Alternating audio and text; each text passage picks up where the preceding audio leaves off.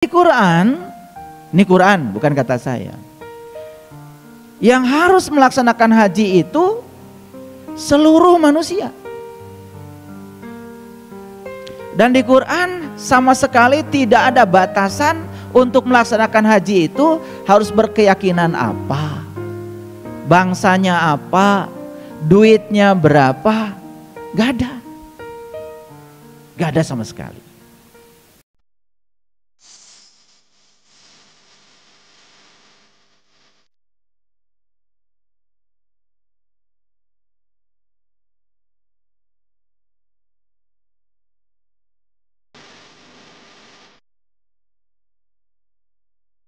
Mari kita bersyukur karena hari ini kita akan membuat kajian yang penting untuk perjalanan spiritual kita. Mari kita puji Allah bersama-sama membaca hamdalah. Alhamdulillahirabbil alamin. Mari kita sapa asmaullah dengan kelembutan dan cinta. Semoga Allah membukakan pintu pemahaman kita, membukakan pintu kecerdasan kita, dan ilmu yang akan kita terima saat ini menjadi ilmu yang akan membuka kesadaran kita. Kita sapa asmaullah dengan membaca basmalah. Bismillahirrahmanirrahim. Judul kita hari ini adalah Hakikat Haji. Awas ya, saya akan bicara hakikat. Kalau bicara hakikat dari hakiki, hakiki itu kebenaran. Saya tidak akan bicara syariat, karena yang syariatnya sudah pada melaksanakan. Kalau ngertinya saya nggak tahu. Yang penting sudah pada melaksanakan. Saya tidak mengatakan sudah pada ngerti, terlalu mewah. Sudah pada melaksanakan lah pokoknya. Apakah tahu yang dilaksanakan atau tidak? Saya juga tidak tahu. Karena dimensi keilmuan itu ada 4. Ada syariatnya, ada thorikatnya, ada hakikatnya, ada ma'rifatnya. Nah sekarang saya akan bicara haji dalam perspektif hakikat. Tolong direnungkan, dicamkan, supaya tidak terlalu banyak persepsi. Saya akan menggunakan banyak sekali dalil-dalil kitab suci. Jadi saya akan stop untuk berselancar dengan pikiran saya. Saya akan lebih banyak hari ini berselancar dengan kitab suci. Karena kita sudah diberikan kecerdasan, saya mohon izin coba gunakan kecerdasan kita itu.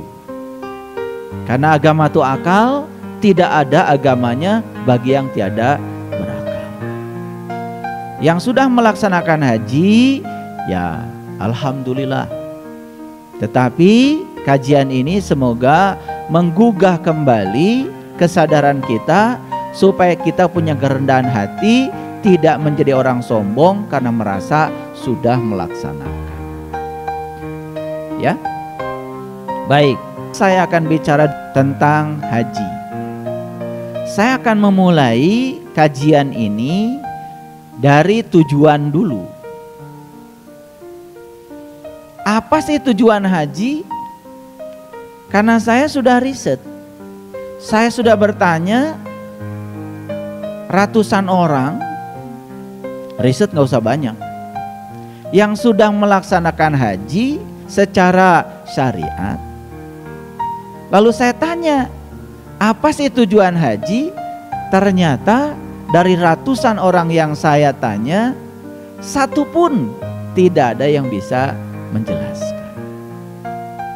Sedangkan kita melaksanakan sesuatu tapi tidak mengerti tujuannya, kan sesuatu yang kita lakukan itu tidak bisa diukur apakah sukses mencapai tujuan atau tidak.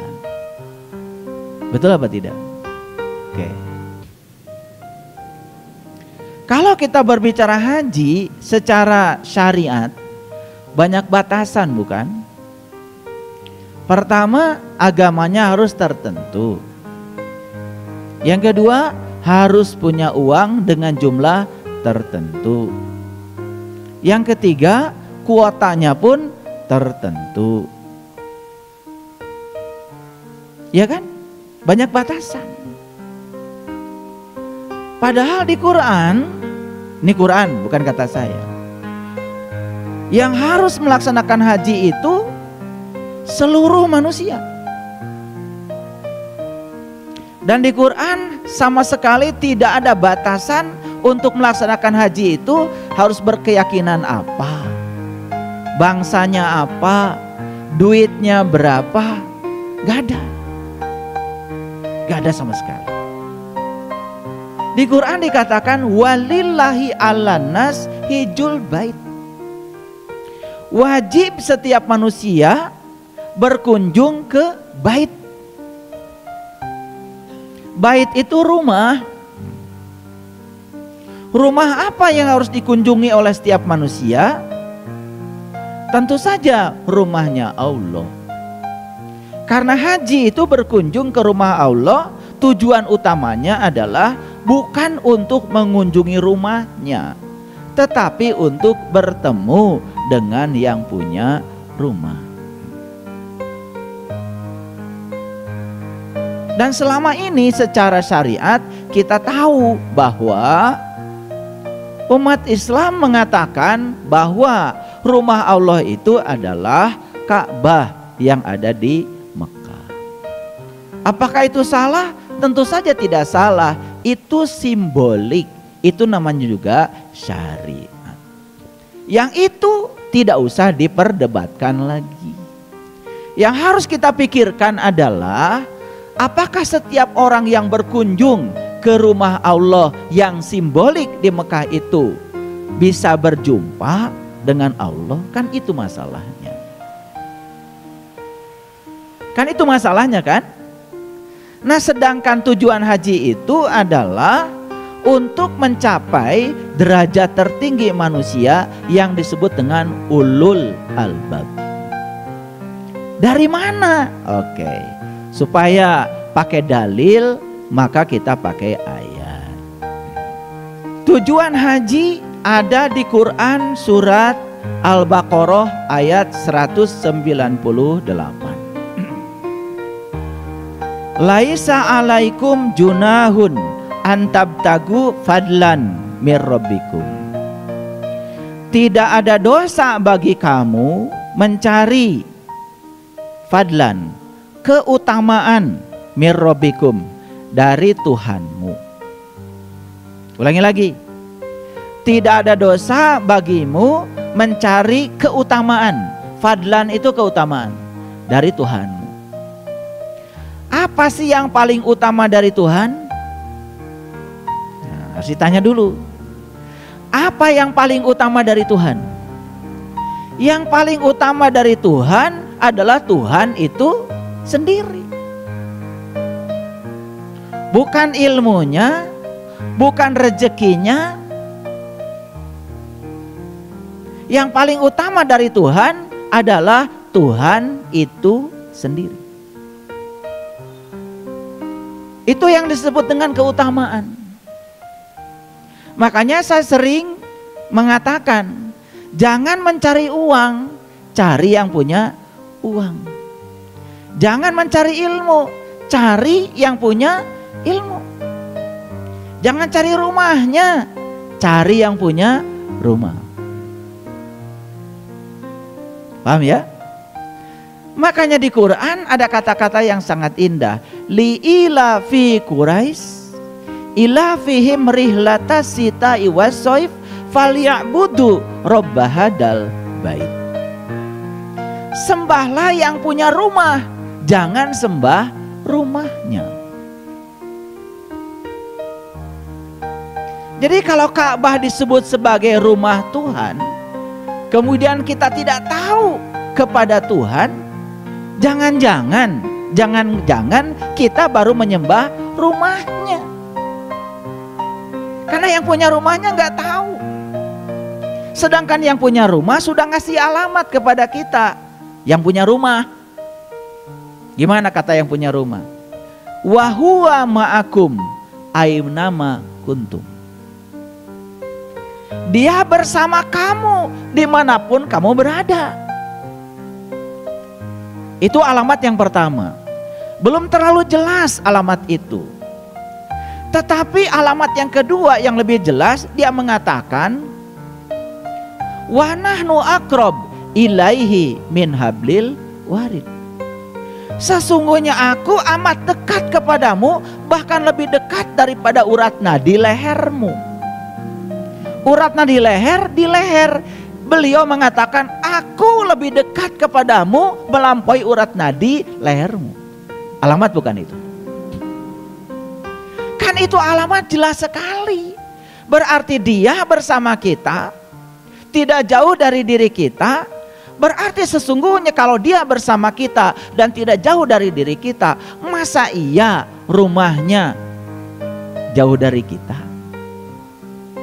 Kalau dia bersama kita dan lebih dekat kepada kita, kata dia di Al-Quran, berarti rumahnya pun harus dekat dengan kita. Makanya dia memberi alamat lebih tegas lagi dalam sebuah hadis qudsi. Kalau tadi Quran, dalam hadis qudsi dia mengatakan begini, langit dan bumi tidak akan cukup untuk menampungku. Tetapi kolbu orang yang beriman itulah rumahku. Sehingga dalam hadis qudsi ada kata-kata kolbul mu'min baitullah. Kolbunya orang yang beriman itulah rumahnya Allah. Di sini ada perbedaan. Ternyata rumah Allah yang hakikat adalah kolbunya orang yang beriman. Rumah Allah yang syariat yang disepakati oleh umat Islam, ya sudah nggak usah dibicarakan lagi. Karena saya tidak bicara itu. Karena kajian kita judulnya Haji Secara Hakikat. Jadi Quran mengatakan tidak ada dosa bagi kamu mencari keutamaan dari Allah. Fadlan mirabbikum. Apa sih keutamaan dari Allah? Keutamaan Allah yang paling utama ya Allah itu sendiri. Seperti dalam cerita Mahabharata. Kenapa Kurawa itu kalah sama Pandawa? Satu kesalahan Kurawa adalah Kurawa mengusir Pandawa. Gara-gara Pandawa diusir ke hutan, maka Kurawa tidak bisa memantau. Karena saat itu di hutan belum ada CCTV. Pandawa di hutan latihan apa? Sedang menyiapkan kekuatan apa? Tidak terpantau lagi.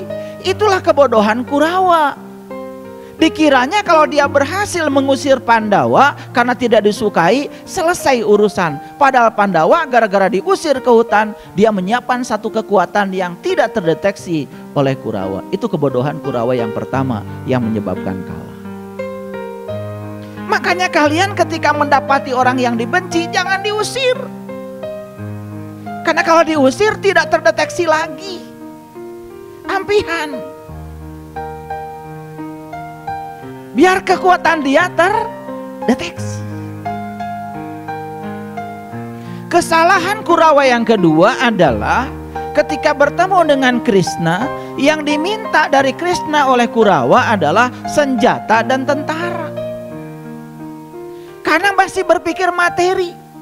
Kalau senjatanya saya ambil semua, tentaranya saya ambil semua, saya menang. Kurawa merasa di atas angin sudah menang. Pandawa diam saja. Orang rendah hati itu di belakang aja.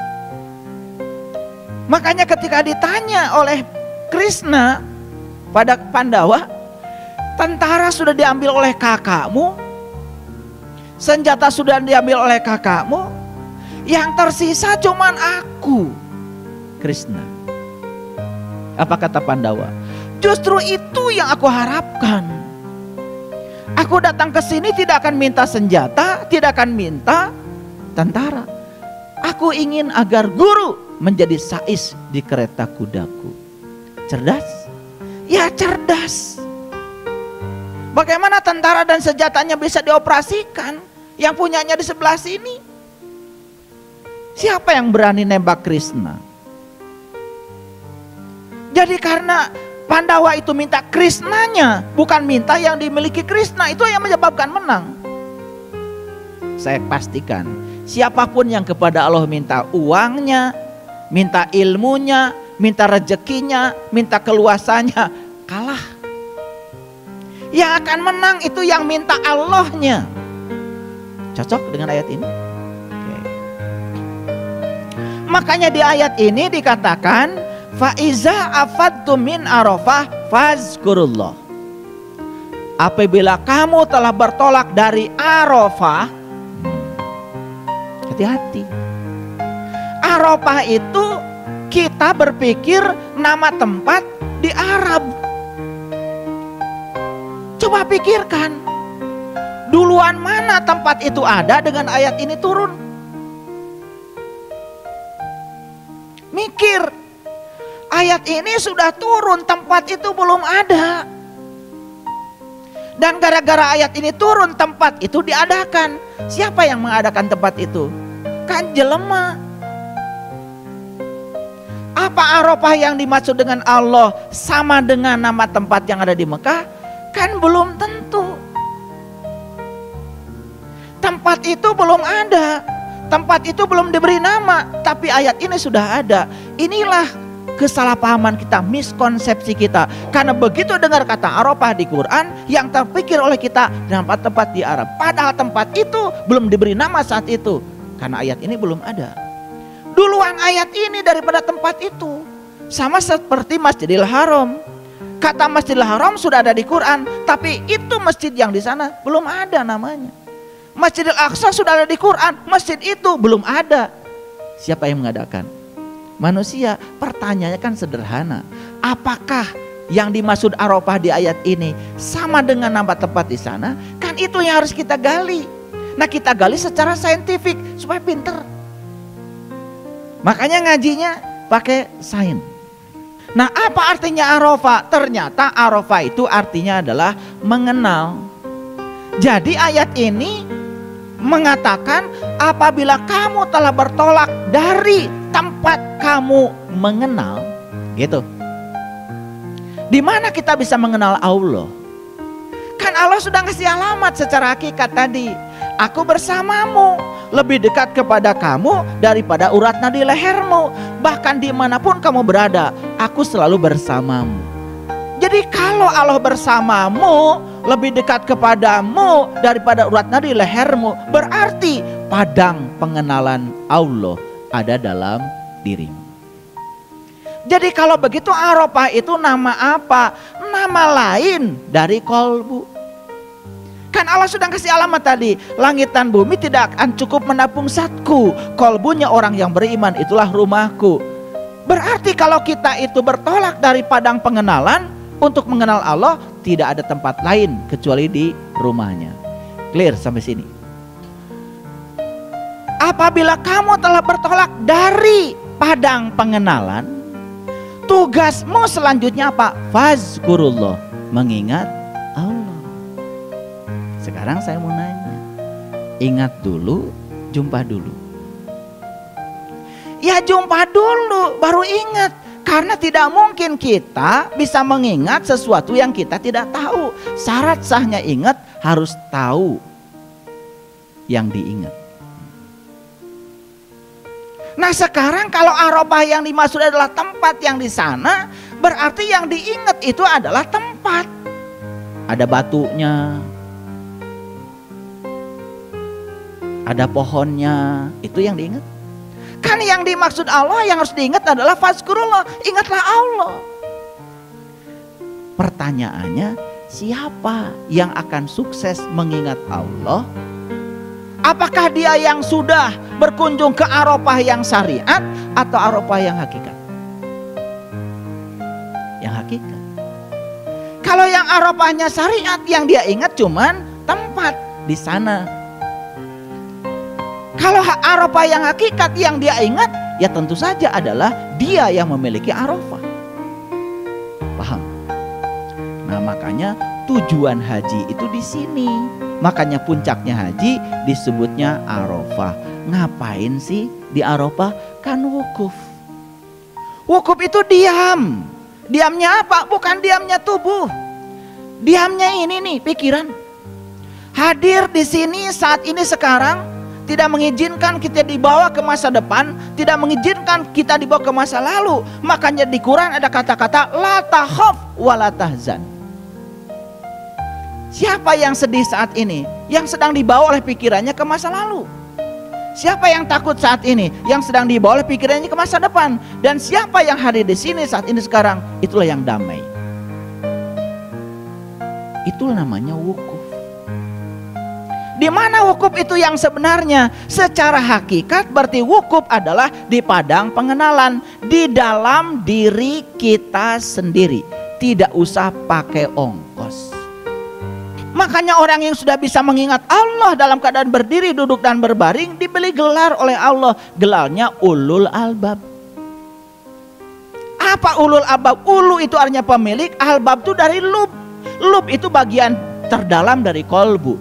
Makanya kolbu itu bagian luarnya kolbu, bagian dalamnya disebut fuad, bagian dalam lagi disebut lub, bagian terdalam lagi disebut dengan syir. Dalam syir ada aku. Oh. Jadi siapa ulul albab itu?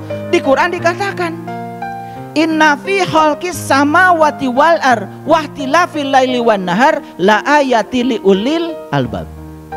Siapa ulil albab? Jangan menggunakan persepsi. Tafsirkan Quran dengan Quran.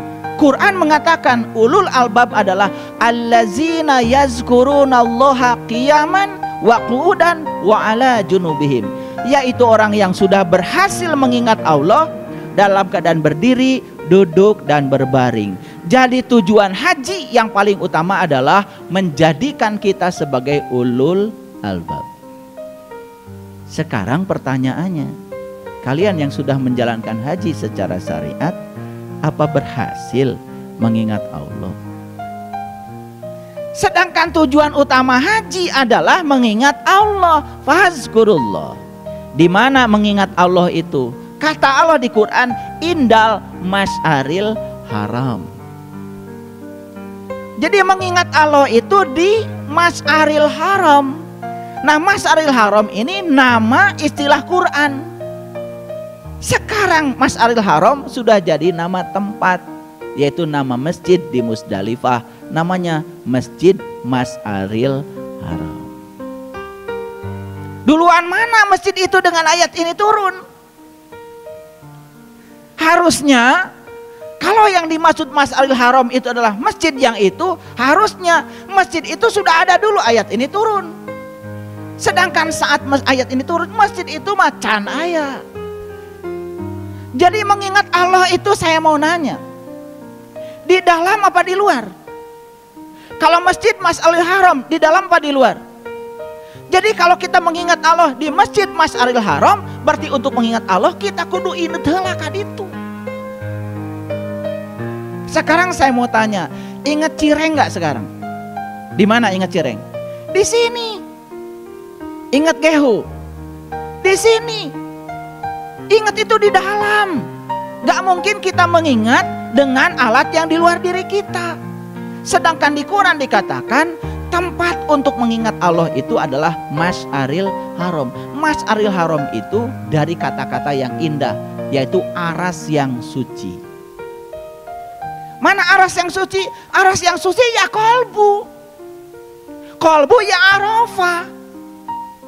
Itulah tempat mengingat. Makanya mengingat itu pasti di dalam, tidak di luar. Sedang Masjid Masyaril Haram adanya di luar. Clear sampai sini? Oke, biarkan saja, itu mah kan syariat. Saya kan sekarang sedang berbicara hakikat. Apa tujuan haji? Ulang dulu. Menjadi manusia yang bergelar ulul albab. Oke?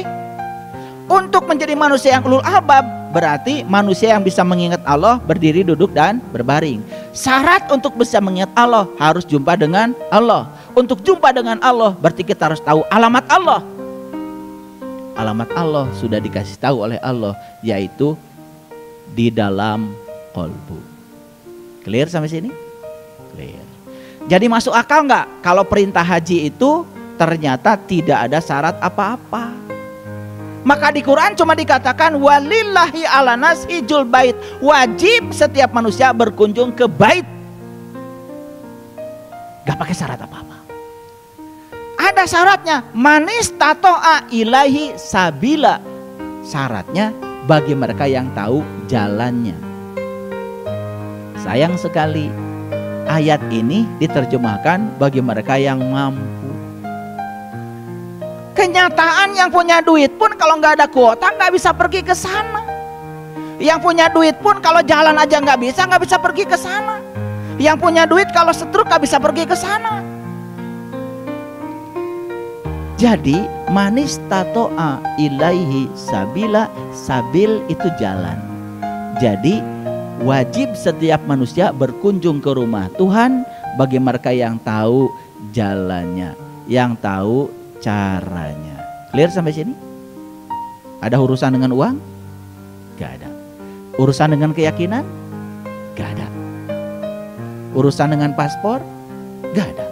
Urusan dengan visa? Gak ada. Urusan dengan kuota? Gak ada. Itulah karunia dari Allah.